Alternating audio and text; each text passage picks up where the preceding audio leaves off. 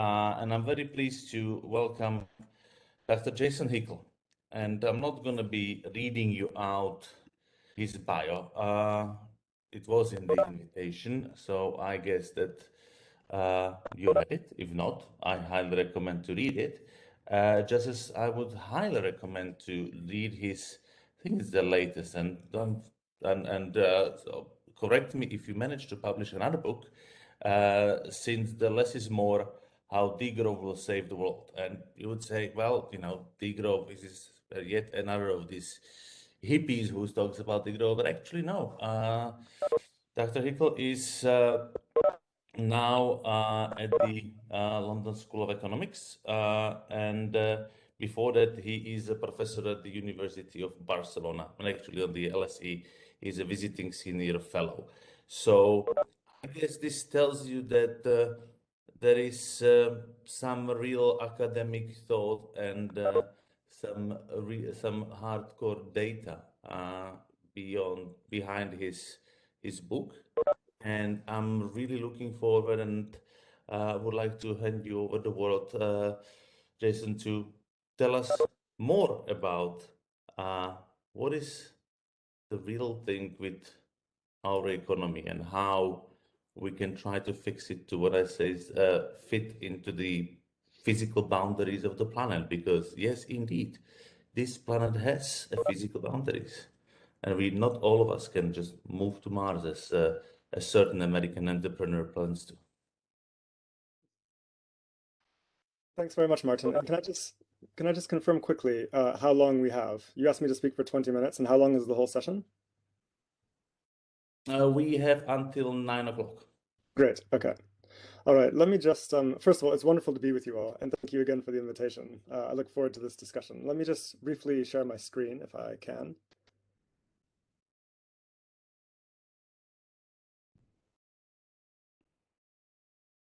This looks good. Yes. Is that visible to everyone? Okay, Yeah. great. Let's go Yeah. then. So what I want to do is I want to briefly describe degrowth ideas and policy, a little bit less on the theory, just because we have so little time. And I want to situate it first within the context of the ecological crisis that we face and what must be done to address it. So it's true, degrowth does not emerge from hippies. It emerges actually from a very strong scientific literature that has grown significantly, perhaps ironically, over the past decade or so. So let me just begin. First of all, I want to establish what our existing trajectory is in terms of climate change. This graph is quite simple. We have the black line here is our historical emissions trend, rising until today. The green trajectory here is what is required of us if we're going to stay under 1.5 degrees as per the Paris agreements. So that requires cutting our emissions in half by 2030, okay? That's the 1.5 degree compatible line. This blue line here is existing pledges and targets under the Paris Agreement produced by nations, by signatory nations. As you can see, they're woefully inadequate in terms of meeting the 1.5 degree goal. In fact, over the next 10 years, there are no emissions reductions that will occur at all under existing pledges and targets, right? Now, pledges and targets are one thing. What actually matters is policies. And right now, existing policies that are in place or set to be in place have us on track for at least 2.7 degrees of global heating this century. This is extraordinary and a remarkable failure of our world's governments to take seriously the climate crisis and the pledges to stop it. Let's just explore a little bit what that looks like. So we have a strong literature on what it looks like as we approach 3 degrees. And by the way, the 2.7 degrees that I just mentioned, that is assuming quite a lot of future technology that will pull emissions out of the atmosphere. If that technology doesn't emerge or becomes problematic at scale, it will be much worse. So what does 3 degrees Celsius look like? We know that sea levels will rise by 1 to 2 meters this century, which will pose significant problems for coastal regions. Also coastal storms. Species extinction rates will rise dramatically. That means that under a 3 degrees scenario, 30 to 50% of existing species will be wiped out. This is catastrophic biodiversity collapse. okay? Human displacement is a major issue. People will be displaced by not just rising seas, but also droughts, wildfires, deadly heat conditions, et cetera, that make certain parts of the world effectively uninhabitable for humans. And we know that at 3 degrees at least, and probably more, 1.5 billion people will be displaced from their home regions. The United Nations, in their most recent climate report on land, warns that that food supply access becomes a significant problem in a scenario like this. The UN warns of multi-breadbasket failure and, I quote, sustained food supply disruptions globally under such a scenario. So as you can imagine, I mean, this is not a small issue. This is a recipe for civilizational crisis. And this is why leading climate scientists, such as, for example, Kevin Anderson in the UK, one of the UK's most esteemed climate scientists, routinely says that a 3 degrees future, which is what we are headed towards, is not compatible with organized human civilization as we know it. So this is very serious indeed. So now we call this the Anthropocene. We have a tendency to refer to this crisis as the Anthropocene, and that terminology is quite useful in certain respects, in as much as it points to the human causes of the crisis, okay? But at the same time, it's also problematic and incorrect in certain other key respects, and that is that the crisis is not being caused by all humans to the same degree. It's not being caused by humans as such. It's being caused by a very small number of rich and powerful states, and also by their corporations and elites in particular. And we can see this very clearly when it comes to the question of climate breakdown. We have this study published recently in The Lancet showing national responsibility for climate breakdown. That is responsibility for emissions in excess of the planetary boundary of 350 parts per million. Okay, that's the safe planetary boundary. So who has contributed to the emissions that are in excess of that safe boundary? This is how it breaks down. We see that the US and the EU are collectively responsible for 69% of all emissions in excess of the planetary boundary that are causing climate breakdown. The rest of Europe and the rest of the global north together are causing 92%, are responsible for 92% of this crisis. The global south, which is the entire continents of Africa, Asia, and Latin America, are collectively responsible for only 8% of excess emissions. And that's from only a handful of countries. The majority of global south countries are actually within their fair share of the safe planetary boundary, okay? So it's crucial that we understand this as a process of atmospheric colonization. Rich countries have effectively appropriated the atmospheric commons that all of us depend on and all of life depends on for their own enrichments, with devastating consequences for the rest of the world.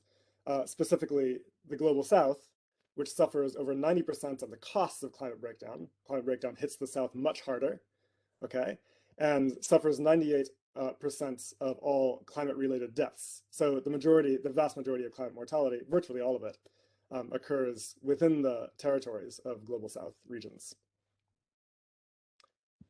So I also want to emphasize here, okay, that climate is not the only crisis that we face. This is the planetary boundary framework. I'm going to assume most of you are familiar with this. One of the most important innovations in ecological science over the past couple of decades. It shows where we are overshooting safe planetary boundaries. This inner boundary here is the planetary boundary level. As you can see, we've overshot on climate, okay, which is causing our crisis in terms of excess emissions, but also so too, and much more dramatically in terms of biosphere integrity. That's effectively biodiversity, okay? Also land system change. This is conversion of ecosystems into industrial agricultural plantations effectively, including soil depletion and habitat destruction. And biogeochemical flows, which is largely chemicals that run off into soil and marine ecosystems from industrial agriculture, mostly for the sake of the beef and other meat industries, okay? So it's not just climate that we have to pay attention to. We have to pay attention to a variety of other ecological pressures. And crucially, these other ecological pressures are being driven by excess resource use, okay, material resource use. So we have to pay attention not only to emissions, but also to material resource use, right? Now, when it comes to material resource use, we have very clear data on what that looks like. This is global resource use over the past 50 years, from 1970. This red line here is what industrial ecologists consider to be the maximum safe threshold before ecosystems began to deconstruct.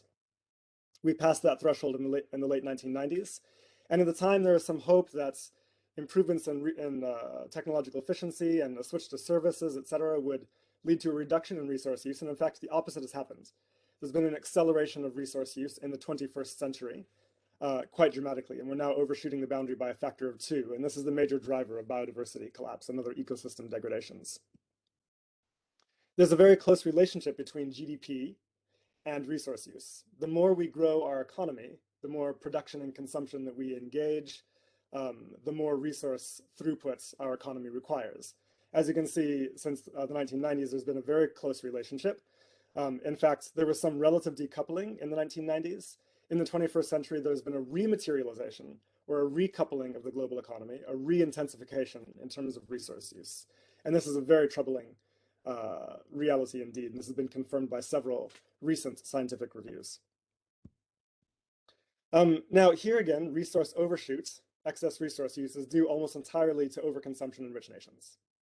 And we can see that very clearly in this graph here, which charts per capita resource use versus the safe planetary thresholds, here in red, by income group. Low income nations here, well within the threshold, lower middle income nations here, upper middle income nations also having just recently exceeded the threshold. Okay, that's mostly due to China. And high income nations here, dramatically in excess of the safe threshold, about 4 times in excess. What that means is that if all people consumed at the level of high income nations, we would need roughly 4 planets to sustain us. By contrast, if we all consumed at the level of the average person in the rest of the world, we would not be facing an ecological crisis right now at all. This crisis is being driven almost entirely by excess resource use in high-income nations. And crucially, this too has important colonial dimensions that I want to mention briefly. The reason it has colonial dimensions is because we know that excess resource use in the global north derives from a large net appropriation of resources from the global south. The resources consumed in the north and which underpin northern growth, right, are derived disproportionately from the global south. That includes a net transfer per year of 12 billion tons of raw materials from the south to the north, a net transfer of 820 million hectares of land, so land in the global south that is organized around production for the global north, consumption and growth, 21 exajoules of embodied energy, which is, by the way, enough to cover the energy gap in the global south several times over and sustain high levels of well-being for all, and 188 person-years of embodied labor. So imagine a labor force of 188 million person-years. 188 million people working around the year, all year long, producing goods designed for northern consumption, net of trade, okay? So a tremendous net appropriation of resources from the global south.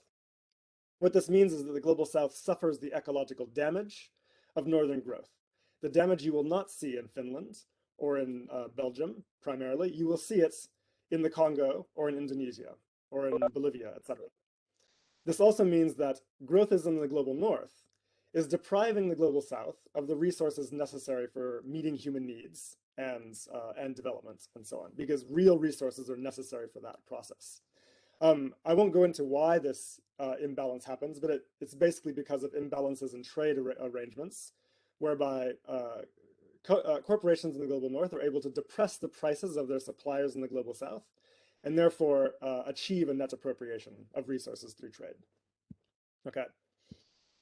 Okay, so that's kind of the background. Now let me use the rest of my time to explain what needs to happen to resolve these multiple crises of ecological breakdown and inequality. Let me focus first on the question of climate. I'm going to be brief here, so forgive me, but we can discuss things further in the discussion.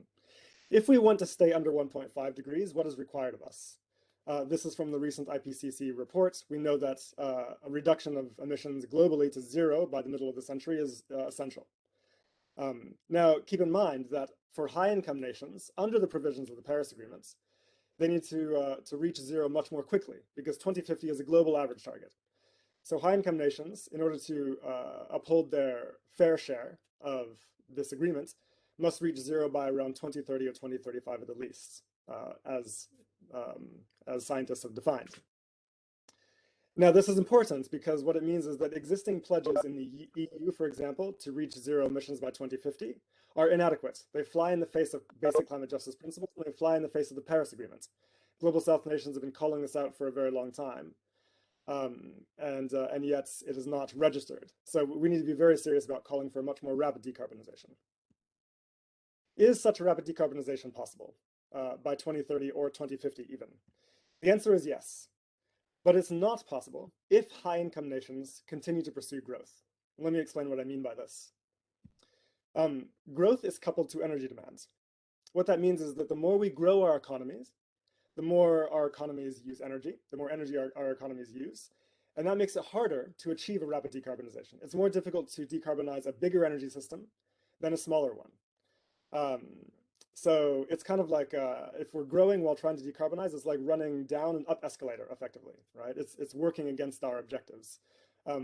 If we shift to a post-growth economy, it's much easier to decarbonize because there's less energy demand that you have to supply with renewables. Okay, I hope that makes sense. This is one of the most important concepts actually in climate economics to understand.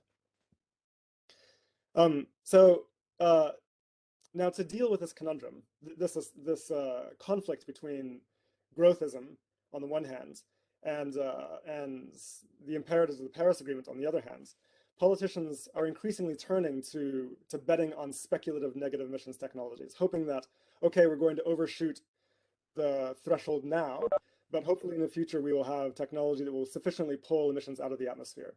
Scientists routinely reject this as a very unsafe assumption, a very risky gamble with several other problematic ecological consequences. If it fails for whatever reason, then we're locked into a high temperature trajectory from which it will be impossible to escape.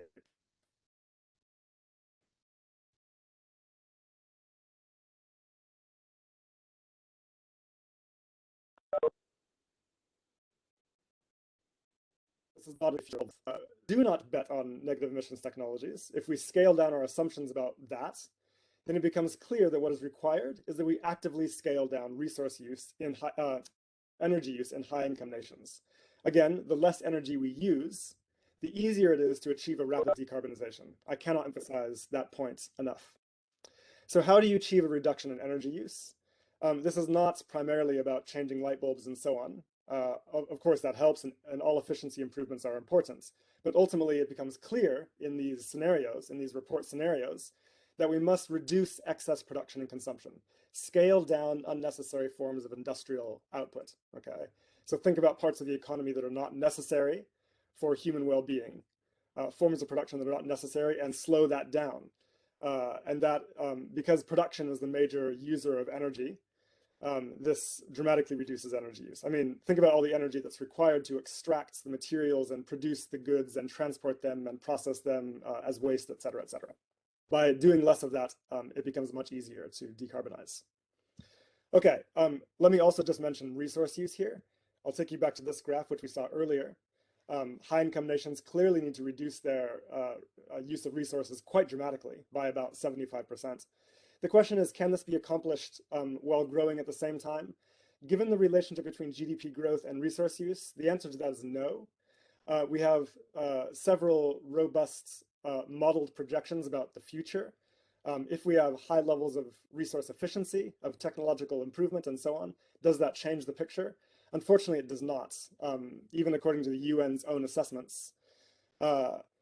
We know that sufficient absolute reductions of resource use in high-income countries cannot be accomplished while pursuing growth at the same time. Efficiency improvements are important, and we must pursue them, but in the context of a growth-oriented economy, efficiency improvements do not lead to an absolute reduction of resource use, only a relative reduction. And the reason is because the gains from efficiency improvements are reinvested to expand the process of production and consumption, therefore wiping out any relative gains. What that means is that green growth is effectively not feasible as a policy strategy. And again, this has been established several times in recent scientific reviews. Okay, so the alternative here again is the need to power down unnecessary forms of industrial production, okay, which are the major users of resource use. Okay, so this is known as degrowth. Degrowth can be defined very simply as a planned reduction of excess resource and energy use in high-income nations to bring the economy back into balance with the living world in a safe, just, and equitable way. Okay, so this is very different from a recession, which is a recession is what happens when a growth-addicted economy fails to grow. Things collapse, there's social chaos, poverty rises, inequality rises, unemployment rises, it's disastrous. Degrowth is fundamentally different in its nature. I'm going to explain why. So first of all, the good news I want to share with you, which is that we know that degrowth can be accomplished while at the same time improving people's lives, reducing poverty, reducing inequality, improving livelihoods and provisioning with a fraction of the energy and resources that we presently use. Okay? In fact, this is the core argument and the core principle of degrowth. How is this possible? It simply requires that we first recognize that there are huge chunks of existing economic production that are unnecessary for human well-being and which we can scale down quite dramatically. I'll talk about that. And that means that we can reorganize the economy, we can reorganize our productive capacity around meeting human needs rather than around perpetual capital accumulation and growthism, right? So this requires a shift in the way we think about production. Okay, so the question is, how do we get there? And this is kind of where things get, I think, interesting and hopefully useful. The first step, of course, is that we must urgently abandon GDP growth as an objective for our governments and change how we measure progress. We have known for 100 years now that GDP is a problematic measure. The very person who devised GDP as a metric warned that we should never use it as a regular measure of economic progress or human welfare. GDP does not count the costs of economic activity. Okay, so if you destroy a forest and sell the timber to IKEA, GDP of course goes up, but it does not count the cost of losing that forest for habitat or for carbon sink or for future resources, et cetera, okay? So we need to be able to account for costs. We can use alternative metrics like the genuine progress indicator, which does account for social and ecological costs of production, and politicians should pursue something like that. Alternatively, we can have a dashboard of indicators that is more transparent about what we want to achieve. If we want to achieve improvements in wages and healthcare outcomes and education access and public transportation, we should measure those things directly and target them directly, as well as things like biodiversity improvements and reduction in soil depletion, et cetera, et cetera. Okay, so we should have a clear dashboard of ecological and social goals we want to achieve that is very transparent. That should be the objective. Now, crucially, getting rid of GDP as a dominance measure is not itself enough. Although it's supported even by establishment figures such as Amartya Sen and Joseph Stiglitz, et cetera, it's not enough in and of itself. What we're calling for is to go beyond this. And this is the core of degrowth, is to actively scale down ecologically destructive and unnecessary forms of production. Okay. We must shift from assuming that all sectors of the economy must grow all the time. This is an irrational way to think about the economy, especially in an era of ecological breakdown. Instead, let us think about what sectors of the economy we clearly do need to improve or expand, such as public transits, public healthcare, renewable energy deployments, et cetera, right? Clearly, some sectors must expand. And think about what sectors are clearly unnecessary and should be actively scaled down. So, for example, the production of SUVs, private jets, the arms industry, industrial beef, fast fashion, and so on, huge sectors of our economy can be scaled down with no loss to humans' access to the things that we actually need. Okay, we can ban the practice of planned obsolescence, whereby companies produce products that are designed to last for a very short period of time so as to increase turnover, right? So, for example, if our products lasted twice as long as they presently do, we would therefore consume half as many of them, and that would be half as much energy and resource use as well. You can see how powerful such a measure can be with mandatory long-term lifespans. Legislating extended warranties on products, things like that. We can introduce a right to repair. All of this is sort of standard fare, so that our goods can be repaired very easily by corner shop repair people rather than having to buy new ones or pay for very expensive proprietary repairs. Shifting from things like private cars to public transportation is very, very powerful as well. We know that public provisioning is almost always more resource and energy efficient than private provisioning. Um, so that's crucial. And also limits to advertising. We know that that capping advertising expenditure strongly reduces resource use and also improves human well-being, improves happiness and mental health, et cetera, et cetera. It's a definite win-win. Okay, so maybe we can agree on this. There are parts of the economy that in an ecological emergency, we should and can scale down without loss to human need, okay? The question becomes, what about jobs? What about the jobs that will be lost in the washing machine sector as our washing machines last longer, for example? Or what about the jobs lost in the SUV production sector and so on? This is a crucial question, and let us address it. In fact, it can be addressed very simply by shortening the working week. And this is a core degrowth proposal. As our economy requires less labor, you shorten the working week and distribute necessary labor more evenly, okay?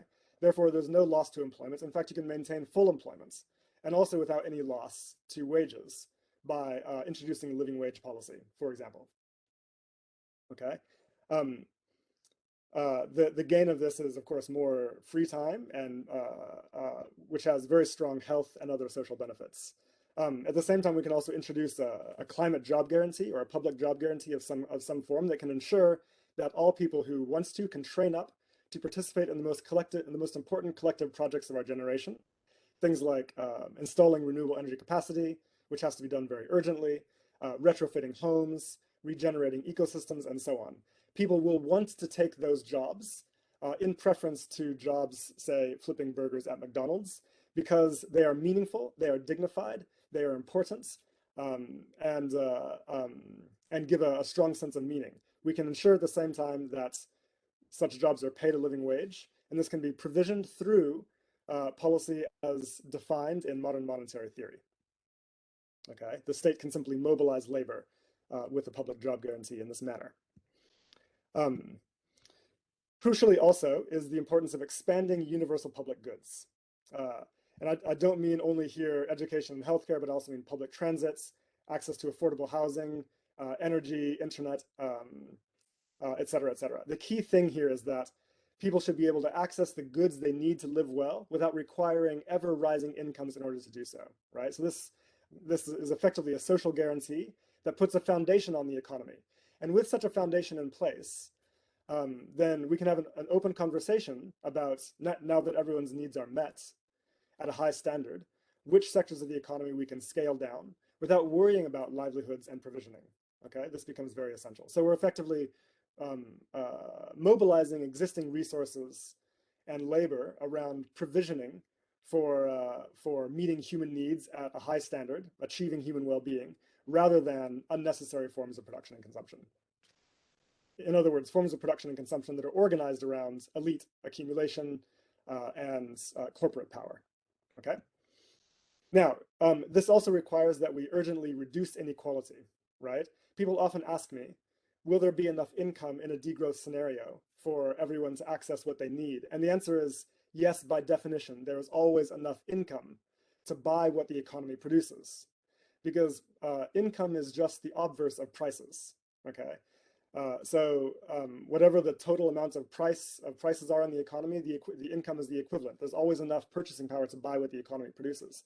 The question is only one of distribution, is purely one of distribution. With a fair distribution of income, then we can ensure that everyone can purchase the things the economy produces that they require, right? So in other words, as long as we are producing what people need, then there's always enough income for people to buy those things, so long as it is distributed fairly. And that is the crucial premise here. And you can do this, of course, with things like living wage policy, maximum income policy, wealth taxes, et cetera, to ensure a fair distribution of purchasing power through the economy. Okay, the upshot of all of this is as follows, and I'm closing now. First, this approach would significantly reduce energy use, significantly, and enable a rapid transition to renewables, not in half a century or 30 years, but within a decade or 15 years. which is very, very hopeful indeed. This would enable us to stay under the 1.5 degree threshold, which no other existing plan is capable of achieving in any feasible way. Okay. It also reverses other forms of ecological breakdown. We remember, it's not just climate that is the issue. Excess resource use is also a problem. And this approach, a degrowth approach, addresses that as well. It brings resource use back down to safe thresholds. Okay, so we're addressing not only the climate crisis, but also the biodiversity crisis, etc. Okay, at the same time, it does this while ensuring high levels of human development and well-being for all. Okay, so this is an approach that's that improves livelihoods, improves provisioning by shifting the basic parameters of the economy. It is also in line with Global South demands for decolonization. Degrowth principles have deep roots in Global South social movements, from the anti-colonial movements itself, that have recognized that continued growthism in the global north, which is vastly in excess of what is required to meet human needs, even at a high standard, requires appropriation from the global south under colonial terms that persist today. Okay, the global south has been demanding for a long time that the global north abandon its growthist addictions in order to release the global south from the pressures of extractivism and from a future of catastrophic climate breakdown, which they suffer disproportionately. So this approach is socially just and in line with basic climate justice and global justice principles. So I'm going to leave it there, and I look forward to the discussion. Thank you.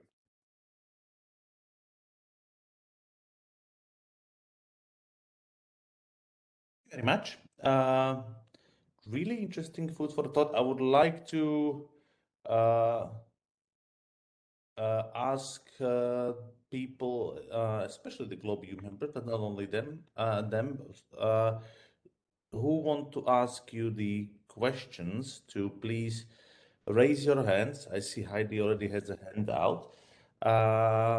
And I would like to kick off before giving word to Heidi with few challenges, because it's nice to give you just the nice questions, but I like to provoke it. And in some ways one could say that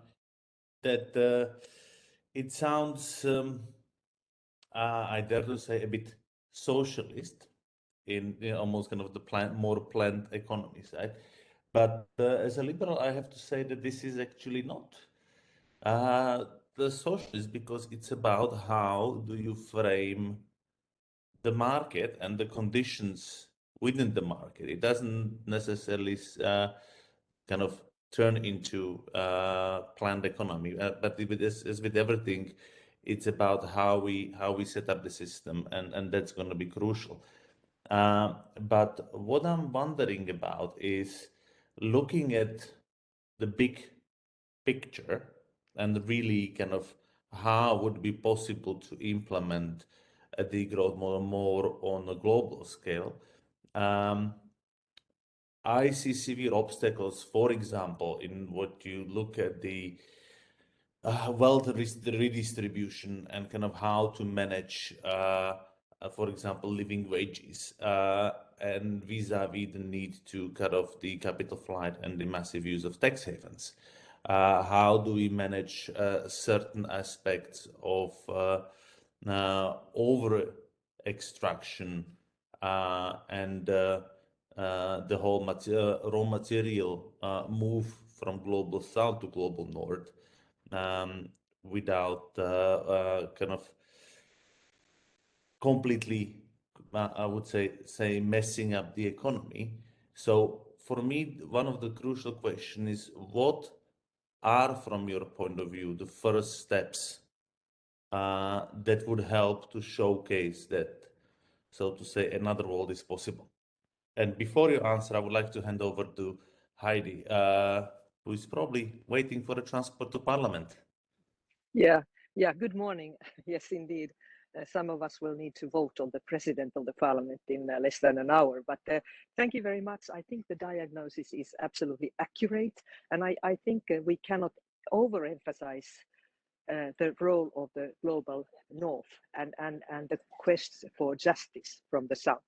So And secondly, I think it's all about the policies and means, and not just about these pledges, some of which are clearly wishful thinking or greenwashing. But I'd like to, on the area of policies, I'd like to ask your view on something that we are every day working on in the European Parliament to get a high level ambition legislation on supply chain transparency and accountability for the corporations.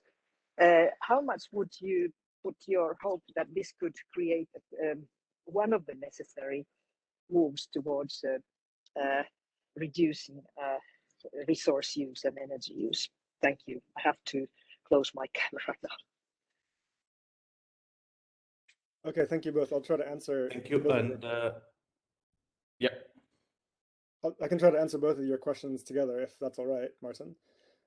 So first of all, to the question of socialism, no, I mean, in fact, these are effectively policy reforms that have already been used in existing economies, in existing 21st century economies, just not altogether, right? So this is not a planned economy. This is the core plan here is simply to actively reduce energy and resource use, and through a kind of democratic conversation about what sectors are destructive and should be scaled down. This is simply a matter of just being rational and thinking about that fact. But crucially, you know, this literature does call for bringing the core social sector of the economy out of the markets. Okay, so in the tradition of social democracy, bringing core parts of the kind of well-being economy out of the market to ensure that there is universal access to those things. This is the bread and butter of a just transition, to ensure that as we transition to a more ecological economy, nobody gets hurt, right? Everyone's needs are met at a high standard. So this is crucial. But again, this is no different from sort of from core social democracy principles. And so there's still provisioning that happens through the markets outside of that core economy. But it's heavily regulated in terms of how much can be accumulated by elites and how much can be accumulated by corporations, and what kinds of sectors are allowed to expand beyond a certain limit, et cetera, et cetera. Okay, so it's kind of a kind of democratic markets economy that is within planetary boundaries, I guess you might think of it as, but with the core social economy protected. So Heidi's question. I think transparency in supply chains is essential. I mean, we do absolutely need that, and that would help our work a lot. I think the key thing here is going to be to actually have legislation on capping resource use in the EU, for example, right? Now, there's actually been a call for this from the European Parliament. I don't know if it's been implemented by the European Commission. I assume not yet. But the idea would be to cap resource use at existing levels and actively scale it down by 2050 to sustainable levels. And this would be a crucial first step, I think. Okay, Martin, to your question about the Global South and so on, the net appropriation of resources from the Global South is due, as I explained, to balances in political economic power in the world economy, which can be rectified through things like democratizing the World Bank and the IMF, which are deeply anti-democratic institutions, where G7 nations have an overwhelming majority of power. The World Trade Organization is similarly deeply biased towards the rich countries. So by democratizing international institutions like this and giving Global South countries a fair say over economic policy, we can allow them to increase the prices of their supply prices effectively, which in turn allows them to claim a fair share of income from the world economy for development, and at the same time reduces excess resource consumption in the global north. Okay, so we have to not only allow that to happen, but actively enable it by democratizing international institutions.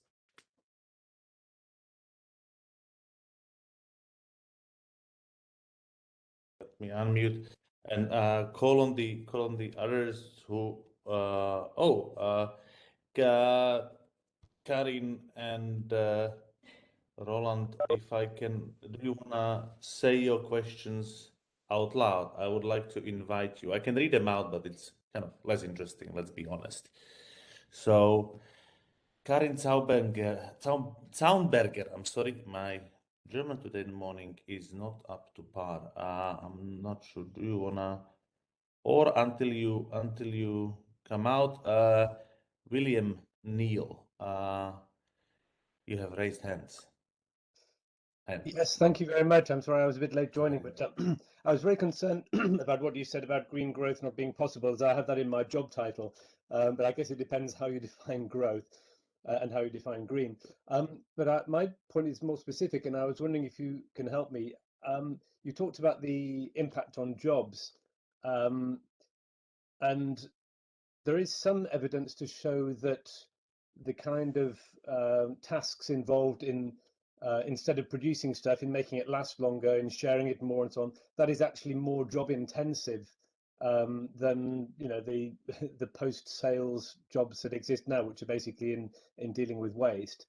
But there's very little evidence to back this up. I mean, there's very little academic work seems to have been done on how job intensive those kinds of tasks are. I was wondering if you're aware of any work going in that direction. We keep quoting in the European Commission that there is a potential of, I think it's 700,000 jobs in the circular economy, which I think is a gross underestimation. But I'm just looking for evidence. Is there anything that you're aware of, or is there any route that you think that we should go to demonstrate the job creation possibilities of high skilled as well as low skilled and medium skilled jobs in that transition? Yeah, no, it's an excellent question. First of all, that's great to hear you're working. Wait, can I take, sorry, Jason, can I take Of course, two questions at a time? gladly. Because I got Karin, since you have a camera on, please. Thank you, and good morning, colleagues, and thank you for this inspiring presentation on an early morning. I mean, my question is, how do we get there when in mainstream politics, I mean, if you listen to the news daily, degrowth is connected with unemployment, and it's true. I mean, it's connected with unemployment and turmoil. Think about the yellow vest in France, etc., etc. So what do we do when in the current system degrowth is leading to unemployment? And the other question that is asked constantly whenever politicians are questioned about how for the transition, yeah, the transition is fine, but who pays for the transition? So what are the leverage points for such a transition? Thank you. Okay, so first to William. I'm glad to hear you're working on green growth, William. And if you'd like, I'd be happy to share some of the research that's come out over the past couple of years on this matter, which I think might be of interest to you. To the question of labor intensity in a circular economy scenario, the truth is that there's not good data on this yet. Although we're in the process of researching that, and hopefully in the next couple of years we will have some interesting conclusions for you. So we don't know for sure, but it's quite possible that in such an economy there would actually be more labor demand. We don't know, but it seems like from our existing understanding that the kind of approach we're talking about here, a shift to a post-growth or degrowth economy, is likely to require less labor overall because there's just basically a lot less production happening. And again, this can be addressed very easily in the ways that I've described. There will be different kinds of labor necessary, and so it could be that in the circular economy that you're describing, where there's more repairing happening, et cetera, there's a shift from virgin production, as it were, to maintenance. And maybe there's even a net gain in jobs, I don't know, but ultimately it doesn't matter if there's a net loss of jobs. If our economy requires less labor to produce what we need, we should celebrate that fact, right? We should not see it as a problem. In the existing economy, we do see that as a problem, and it causes a crisis, but we should not, as long as we can share labor fairly and ensure livelihoods for all, right, by distributing income from production equitably, right? This is the key. So the question of unemployment is always an artificial scarcity. There need not be any unemployments. Whatever our economy requires to produce, we should be able to share that evenly and take any gains in the form of leisure and celebrate that fact. Okay. So, and this ties into Karen's question actually.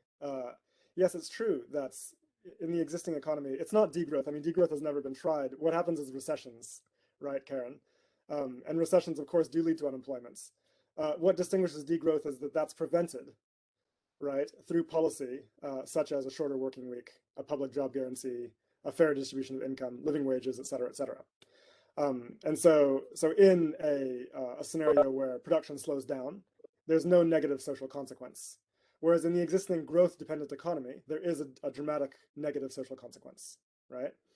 So this directly addresses the concerns of the Yellow Vest movement.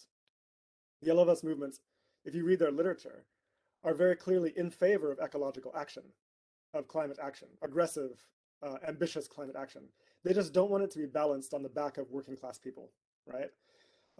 They should not have to suffer as a result, and I agree with them, and I support their demands. We should ensure that nobody gets hurt in the process of this transition. And this is why we have this strong call at the core of degrowth thinking for a social guarantee, for a shorter working week, et cetera, okay? So it's fundamentally redistributive, and in that sense, very just. So now, to the extent that people might confuse the term degrowth with the recession, that's, I understand. I mean, look, degrowth is a useful term in academia because it's very well defined in the literature, as I've explained it to you, and is distinguished very clearly from recession, obviously. Does that mean that politicians in the mainstream should use the term? I leave it up to them. It depends on how their communications work. The important thing is that we have the policy in place, right? You can call it whatever you want. I'm not caught up about terminology. If you find that it's triggering for people, then that's fine. The crucial thing is that we have the policy in place. So I'll leave it at that.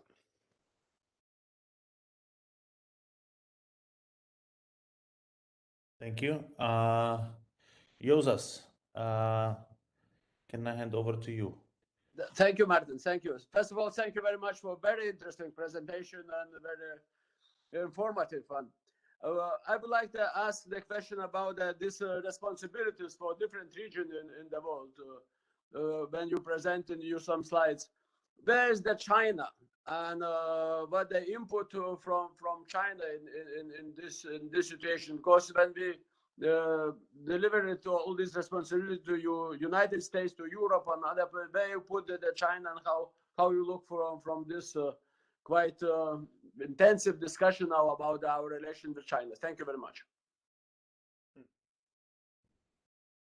Did you want to take a second question, Thank you. Martin, or no? And yeah, I have to say that one of the, oh yes,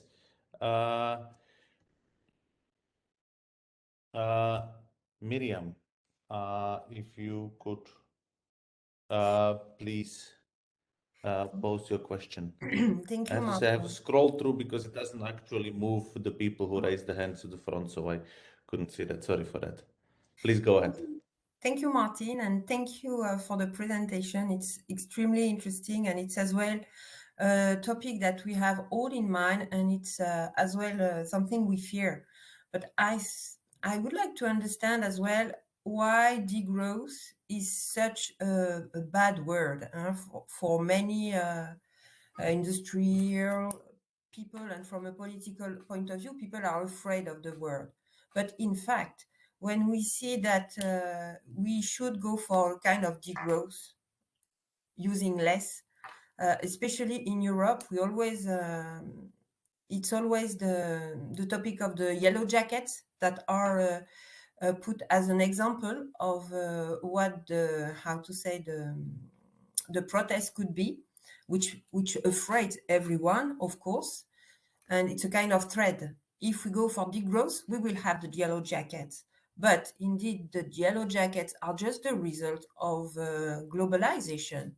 And it's not their job that might be destroyed, because most of the jobs that have been globalized and outsourced have already destroyed the jobs. And producing less is not harming the European people that much. It will be harming the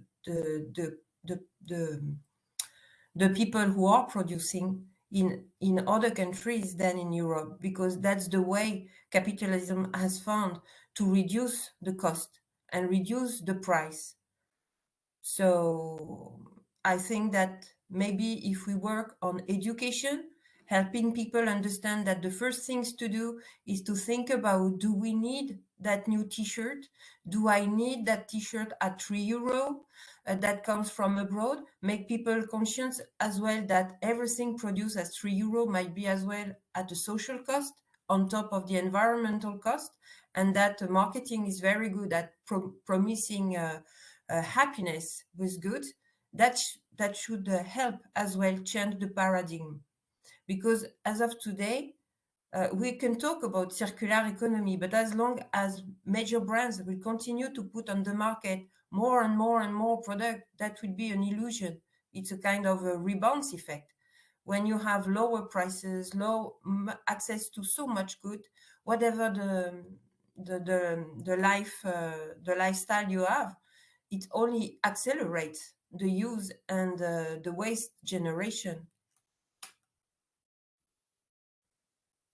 Yes, both. Thank you. And just a last call. I have one more question there from Roland Moro, and the call for the last questions, because we're nearing the end. So if any of you have more questions, otherwise I will use the imperative of being the moderator, and I have still questions. Please go ahead, Jason.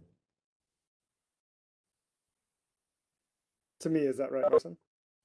Yeah, the last two questions to you. Okay, great. First to the question of China. Yes, I would want to push back against some of the existing rhetoric on China.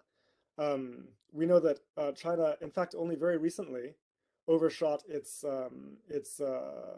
fair share of safe resource use thresholds, only after 2000. Okay, so whereas say the USA, for example, has been exceeding its fair share of resource use since the early 1900s. Okay, so we have to put this in perspective.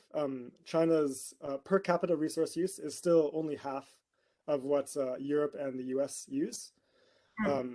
And so we have to keep that in mind. Now, that said, China does need to reduce its resource use, right? It does need to, there's no doubt about that.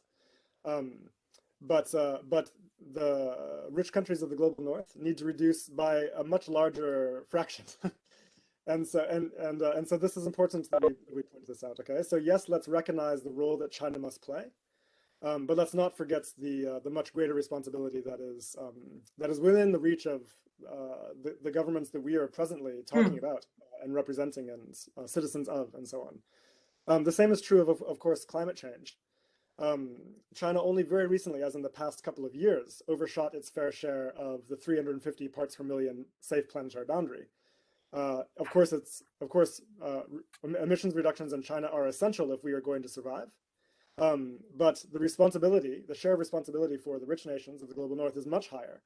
And so we cannot shy away from pointing that out and demanding a just response to that, okay? So again, let us recognize China's responsibility and role, but let us also not shy away from insisting on more ambition from the rich countries. And again, China's per capita emissions are literally a fraction of what the rich nations have. Okay, to the question of the framing of degrowth, yes, it's very interesting.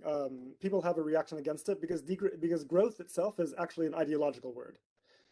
We have been taught to believe that growth means an improvement in livelihoods and provisioning for human welfare, but in fact, that's not what it means. It means specifically an expansion of the commodity economy. In other words, production of goods and services that are bought and sold on the market, right? Which may or may not benefit human welfare. It all depends on what we're producing and whether people have access to those goods. So an economy that produces only tear gas may have significant growth, but obviously is not meeting human needs. And so we have to reject the ideology that says growth is always of benefit to human well-being, and recognize that there's a more nuanced discussion that needs to occur about what we're producing and how people have access to it, and so on. If, for example, the USA was to nationalize its healthcare service and provide it for free as a public good, like as in the UK, for example, and most of other European countries, this would lead to a significant reduction of GDP in the USA, because you're taking a big chunk of the economy out of the market. Okay, and yet clearly human well-being and health outcomes would improve dramatically, right? So we have to recognize that growth is not always good for well-being and quite often works against it. And we can improve human well-being in the absence of growth. So having that conversation is important. Questioning the ideology of growthism, recognizing that it can be quite destructive. Again, the yellow vests keep emerging. What I want to say is that the crisis of the yellow vests is not a crisis of degrowth. It is a crisis of the existing capitalist system, right? It is our existing system that produced that crisis. Yeah. We are calling for policies that would address that. And so ultimately, what degrowth is, like what is being degrown in a degrowth scenario, right? It is not livelihoods. It is not provisioning, right? It is elite accumulation and corporate power, unnecessary forms of production that service our inequitable society, okay? So this is the key thing. And this is what the yellow vests are demanding. Let us have a fair economy, no? Yeah. So degrowth demands are not in contrast to the yellow vests. In fact, they support yellow vest demands. It's a justice paradigm, in fact. Yes, it's more the distribution of the GDP. Yes, it is about distribution. Thank you. Exactly. Now, there's an important question on the table about the global south, like who is harmed from a reduction in production. Again, let me emphasize this. As long as our economy is producing what we need to live good lives, then there can be no harm, as long as we are sharing labor and livelihoods and purchasing power fairly. Okay, so that's the crucial thing. Now, what about the producers in the global south that supply, say, for example, t-shirts and so on to the global north? If there's a slowdown in fast fashion in the global north, which is what we call for, what about the harm that might have in Bangladesh? Well, the way that we think about this in the anti-colonial global south literature is to recognize that labor and resources in the global south that are mobilized around servicing consumption in the global north is a waste of resources and labor. Those resources and labor could be used instead to provide for domestic human needs, right? So think about the incredible labor capacity of Bangladesh. Instead of being organized around t-shirts for the USA, it could be organized around providing nutritious food, healthcare, education for the domestic population, building houses, et cetera, et cetera. It's a question of thinking in terms of real resources.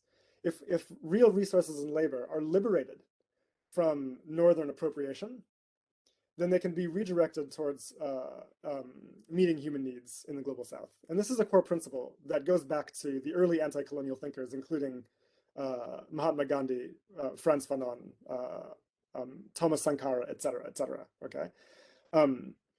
So this becomes quite crucial. Okay, I hope that helps answer questions. Thank you. Thank you. We run out of time, but I will give up on my question. I would still like to give the space to Roland, if you're around still. I'm sorry for not making it earlier. Roland Moro, if you want to pose your question. Thank you, Martin. So once again, congratulations, Jason, truth and facts. But the point is, how do we show the example in the US and in the EU? And how would the rich in the EU, and a lot of them are around those screens today, how will they show the example? By reducing their own consumption, which is a kind of status symbol. So we have to change in terms of advertising. You've mentioned that, but when will someone really show the example? And it's completely different because the heroes today are Musk, are Bezos, are people, billionaires. You know, these are the people who are the heroes. We have to come with another narrative. Otherwise, it will never work. So how do we do that? Yes, it's an important question. I think that, well, there's two things I want to say here. The first is that this is not really about consumption as such. It's about production. The old green narrative has always been to blame people for consuming too much. No, it's a kind of politics of guilt. What I'm arguing and what degrowth argues is that we must understand this is about the deeper economic system, which is organized around perpetual production and accumulation. And therefore, people become victims of that because they're made to consume what it produces through aggressive advertising or planned obsolescence, et cetera, et cetera. They have to mop up that overproduction. So we must shift to a system that does not require perpetual expansion, as our existing economy does. One rather that can be stable and meet human needs without perpetual expansion. So this becomes crucial. About elites, yes, there's no question that elites will not voluntarily adopt degrowth principles. This will require a politics struggle of effectively, class struggle effectively, against those who benefit so prodigiously from the existing structure of the world economy. It's clear that the existing structure of the world economy is organized primarily around elite interests. And so this is going to have to be social movements and political movements that are strong enough and willing to challenge those interests, okay? Including that of the fossil fuel industry. So this becomes quite important. I think that it's important to recognize the challenge that is crucial here, okay? There's someone who raised a question here about China's per capita emissions. If you go to the Sustainable Development Index website, which calculates, that's simply sustainabledevelopmentindex.org, it calculates, it shows nations' material footprints and emissions in consumption-based terms, which is the metric that we use for assessing national fair shares. So I would direct people to that. Thank you. Thank you very much. And as it was a joyful job at the beginning, now it's a sad job because we have to finish. And somehow I think we just got started. That's one of the things. But we will have to be in the European Parliament voting our new president very soon. So we'll have to get back to that. But before we do that, let me thank you, Jason, for finding the time. It's been really an interesting food for thought and discussion, and I hope that this type of discussion will continue on how we can actually make humanity fit the planet, because then otherwise soon we might face a situation where the planet decides that the humanity is not anymore fit for it, and the price that we will pay will be very, very, very high. And it might be a selfish anthropocentric take, but maybe that's the take that humanity will understand more if we're not gracious enough to try to preserve the life on the planet in all its forms just for the sake of itself. Let's do it for our own sake, and let's continue not just discussing ways how we can achieve it, but I think equally important, actually doing something about it. So thank you very much again, and looking forward to more fruitful discussions and more action on the topic. And looking forward to see you all again on the next Wake Up call from the Globe EU. Thank you very much. Bye-bye. Thanks very much, Martin, and thank you all for your engagement. It's good to meet you. If there's any way I can support you in the future, please don't hesitate to ask. Definitely. It'll be interesting to keep contact and keep talking. There is more to that we could cover in a brief hour, and hopefully one day when this thing is over, you can hop on the Eurostar and or other train, and we can meet in Brussels. That would be Thanks nice. again. Thanks very much. Have a nice day. Thank you. Take care. Thanks. Bye-bye.